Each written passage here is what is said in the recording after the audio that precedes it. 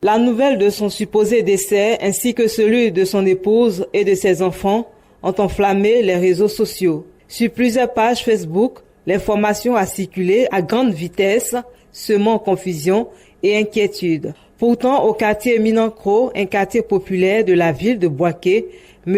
Alpha Kaba est bien vivant. Mécanicien de profession, il nous reçoit calmement ce dimanche dans sa cour familiale. En ce jour de repos, pendant que son épouse est allée faire des courses au marché, il profite d'un moment en famille avec ses enfants. Visiblement choqué, mais serein, il tient à rétablir la vérité. Le premier jour que j'ai vu les images, on était étonnés. Puis ça m'a choqué, en fait. C'est grâce à un fédéral que j'ai vu les images. Voilà, le jour que j'ai vu, on m'était découragé. J'ai dit, ah, c'est ça. Il ne sait pas. La personne, c'est que je lui ai fait, et moi, je ne sais pas. Je ne sais pas, je ne connais pas la personne aussi. À travers ça même, j'ai des amis à l'extérieur qui m'appellent, qui m'envoient des messages. Bon. En tout cas, ça m'a traumatisé un peu. Ça m'a traumatisé un peu. Donc, ça m'a dégoûté un peu des réseaux sociaux même. Je peux dire ça. Sinon, moi-même, j'ai essayé, si je connaissais la personne, d'aller porter plainte. Voilà, bon. Comme moi, je ne maîtrise pas tous les réseaux sociaux.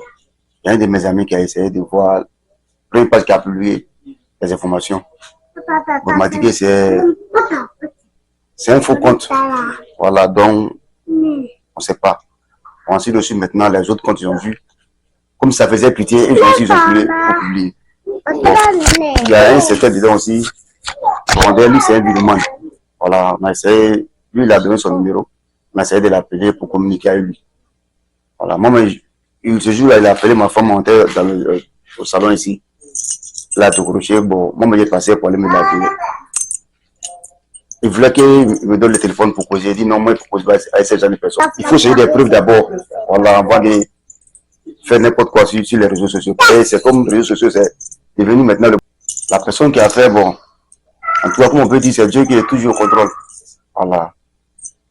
Lui, il m'a attribué une identité, genre, toute ma famille, on est parti. Voilà, donc, le dernier mot, c'est Dieu. Et s'il y a des possibilités aussi pour arrêter, c'est un des trucs là aussi. Voilà. On peut souhaiter aller à l'électrique pour les autorités. Voilà, des certains trucs pour voir qu'ils vont. Il faut mettre ça sur le net. Ce cas n'est pas isolé. Il met une fois de plus en lumière les conséquences dramatiques de la désinformation en ligne.